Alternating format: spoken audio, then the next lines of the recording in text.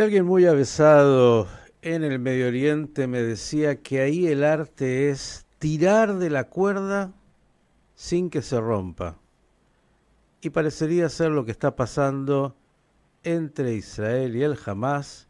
Esperemos no se rompa la cuerda, pero claro, en el camino declaraciones van, declaraciones vienen y todavía no hay certezas. Me refiero obviamente a la liberación de los secuestrados y todo lo que esto significa para la sociedad israelí. Vamos a ver qué nos cuenta al respecto la periodista que nos hace estar al día con Israel.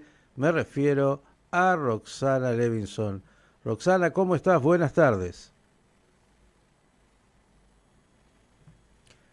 Te veo mover los labios, pero no te escucho, lo cual ha de indicarnos algo. Ya lo vamos a lograr.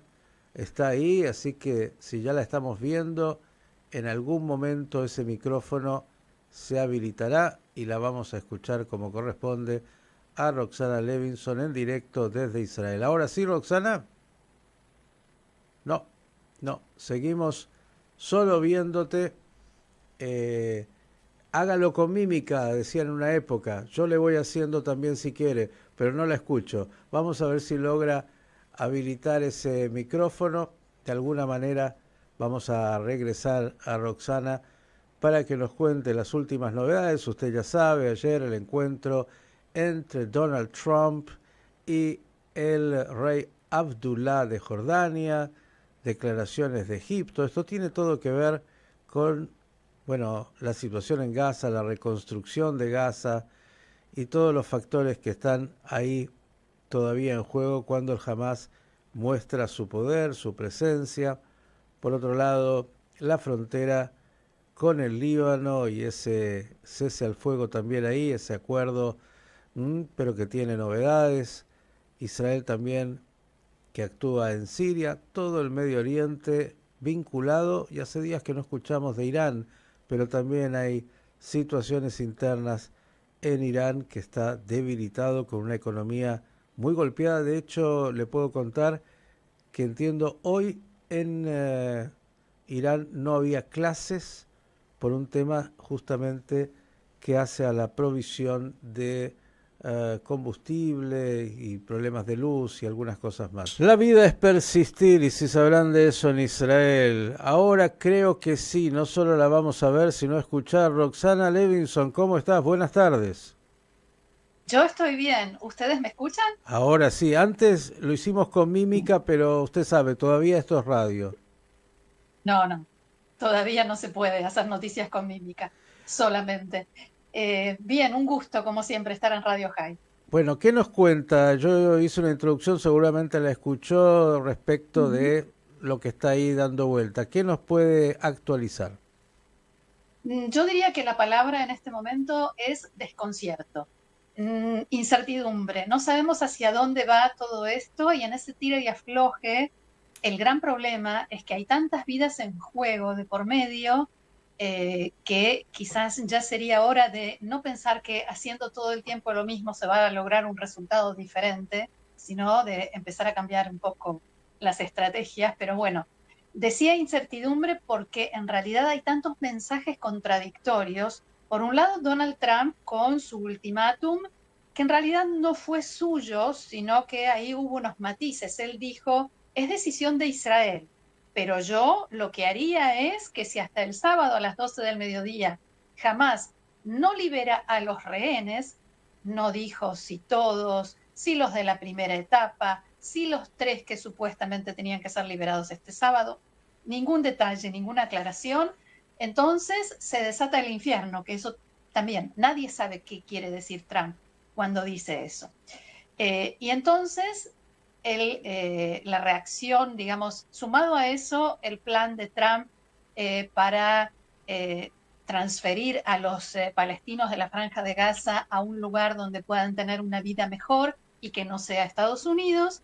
Y entonces, más todo tipo de declaraciones que hay desde el lado israelí, más el hecho de que jamás es jamás.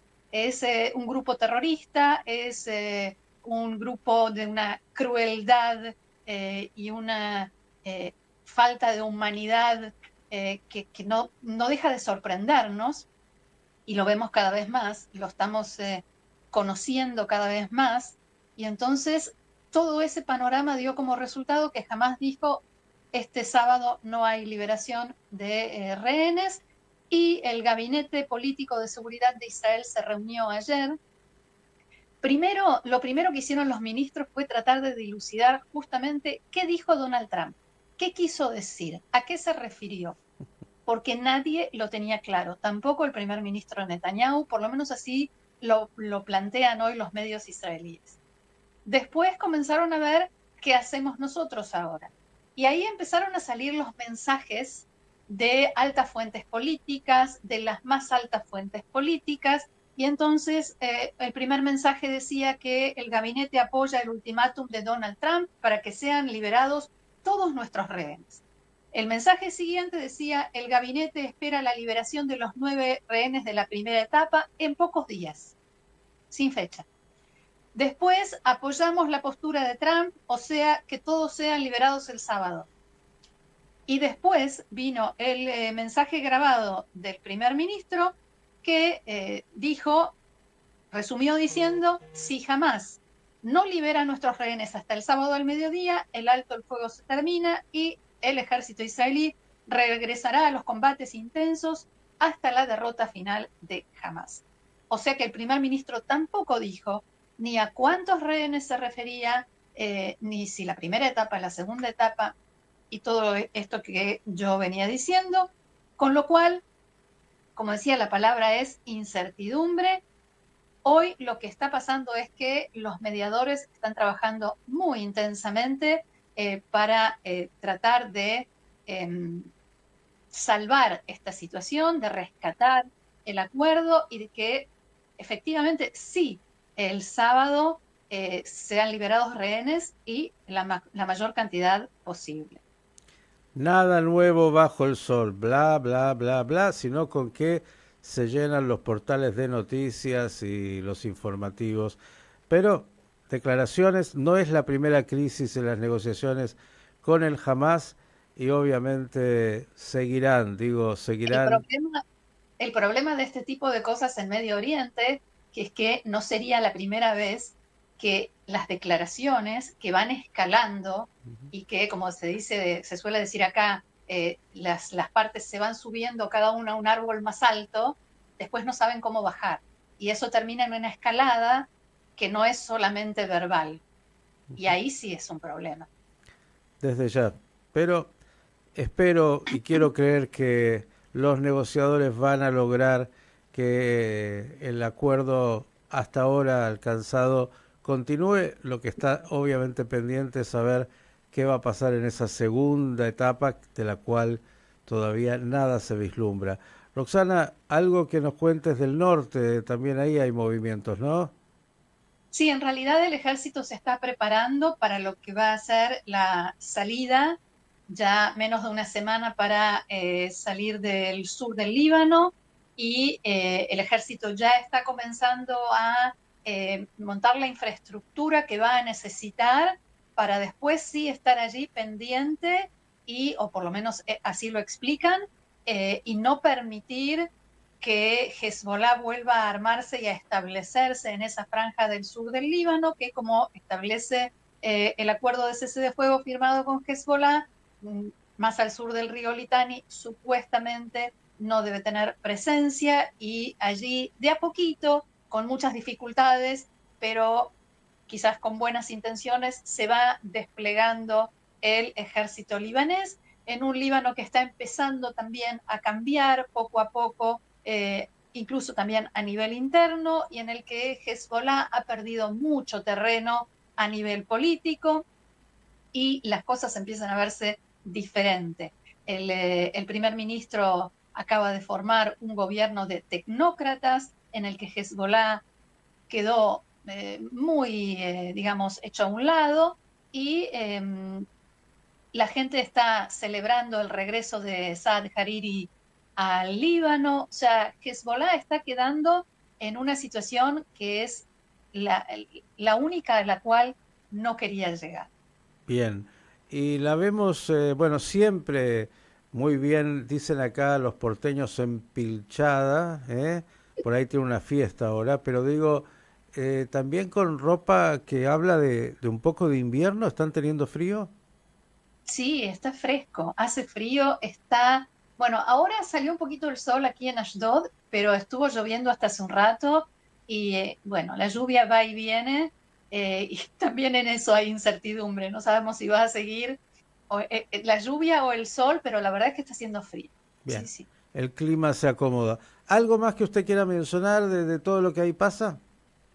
El tema de la reunión del presidente Trump con el rey Abdalá II de Jordania, que se lo veía tan incómodo y tan como si estuviera pensando, ¿qué estoy haciendo yo acá?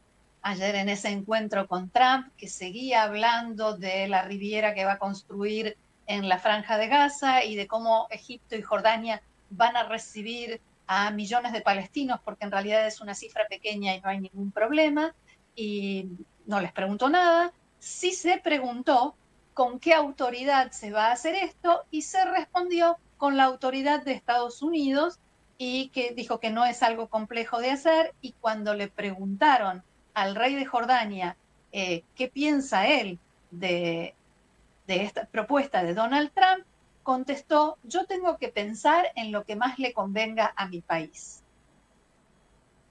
Y bueno, que cada uno entienda lo que quiera. Finalmente aceptó recibir a 2.000 niños gazatíes enfermos que padecen cáncer u otras enfermedades, lo cual es un 0,1% de la población que Trump pretende sacar de la Franja de Gaza, pero igual le dijo que es un gesto muy hermoso y música para mis oídos. La cuestión es que allí hay, digamos, un problema muy serio para el rey de Jordania, al igual que para el presidente de Egipto, que es el otro candidato a recibir a palestinos que Trump quiere desplazar de la Franja de Gaza. Para el rey de Jordania está clarísimo que así como está, digamos, dividida su población entre población de origen palestino y los demás que apoyan a los palestinos de la Franja de Gaza, no puede decirle que no directamente a Trump porque perdería y mucho, pero tampoco puede decirle que sí, porque en realidad eso le puede costar su propio reino.